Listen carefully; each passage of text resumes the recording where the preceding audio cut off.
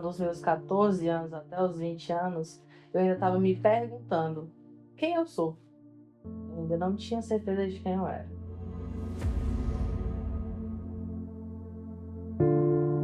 Olá, eu me chamo Arthur, sou um homem trans e hoje eu vou contar um pouco da minha história para vocês.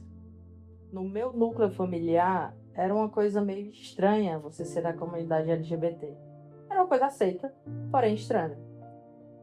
E eu tinha casos de familiares gays, lésbicas, mas eu sou o primeiro caso de transexualidade na minha família. Então, o meu núcleo, tanto familiar quanto de amigos, né, tinha essa estranheza ainda e eu não sabia nem o que era. Eu vi um jornal, uma matéria, um artigo digital, né, de uma mulher trans que era artista e também era ativista, né? Então ela era bem didática com as coisas que ela postava na internet. Então, muito da minha informação sobre transexualidade veio da internet. Eu passava muito tempo na internet na minha adolescência e lá eu descobri muitas coisas. Eu lembro que quando eu tinha 18 anos, eu já estava decidido a me tornar o Arthur 100%. Me tornar o Arthur 100% que eu digo é trocar meus documentos. E olha só o meu pensamento. Eu não podia decepcionar minha família.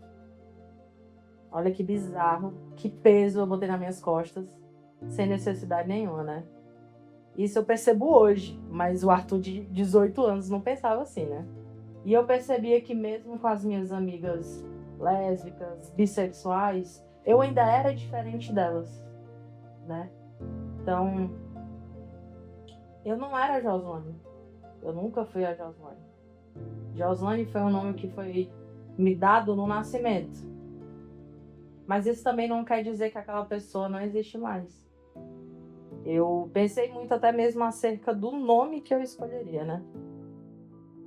E é interessante porque todo mundo me pergunta isso porque é um nome muito fácil. Muito fácil e muito diferente do meu nome anterior. Inclusive, vou deixar um pontinho aqui pra vocês. Nem toda pessoa trans gosta de falar o nome antigo, hein? Pelo amor de Deus, não cai nessa gafe aí de ficar perguntando, não. Porque isso é desagradável pra muita gente. Por favor. Então, quando eu decidi o meu nome, eu decidi o meu nome por conta do mito do rei Arthur. O mito do rei Arthur, ele vem da Inglaterra. E da onde que vem minha pira com a Inglaterra? Pô, eu sou fã de Harry Potter, começa por aí, né? E aí tudo que vinha do Reino Unido, da própria Inglaterra em si, eu tinha uma curiosidade bizarra com isso, bizarra mesmo, assim. Gostava muito de pesquisar as coisas da Europa, e não só da Europa em si, né? Mas da Inglaterra e seus arredores. E aí eu fui ler o mito do rei Arthur. E eu achei interessante a história desse mito. E aí eu consegui me ver com aquele nome. Porque é um nome que carrega muita força. É um nome que carrega muita... Não só muita força, mas muita batalha. Eu diria batalha interna, né? Nem batalha externa mesmo. Então eu via em mim aquela batalha interna de... Porra, eu não me conheço. Eu já tinha 23 anos quando eu decidi trocar meu documento. Quem eu estava me tornando para a sociedade, mas quem eu já era desde o nascimento. Então eu já sabia que no Brasil eu seria obrigado a, por exemplo, ter a reservista ou servir ao exército militar.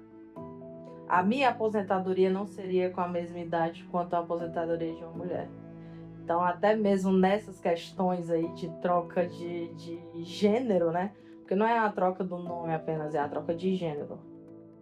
Eu já estava muito bem informado com todos os deveres que eu iria ter após isso, né? E quando eu cheguei para retificar os documentos e para me alistar, eu lembro de jurar a bandeira E eu falei, caraca, velho, imagina quantos homens cis não juram a bandeira, não juram honrar a sua família e não fazem isso, né? Porque eu vejo muita gente falando a problemática de homem trans ou de mulher trans utilizar até mesmo um banheiro público. E são pessoas que, por elas não serem trans, já são muito validadas. Elas não precisam honrar com muita coisa para ser validadas, entende? Então foi uma situação meio bizarra mesmo, porque eu vejo pessoas falando várias coisas da boca para fora e que não honram com o que falam, né?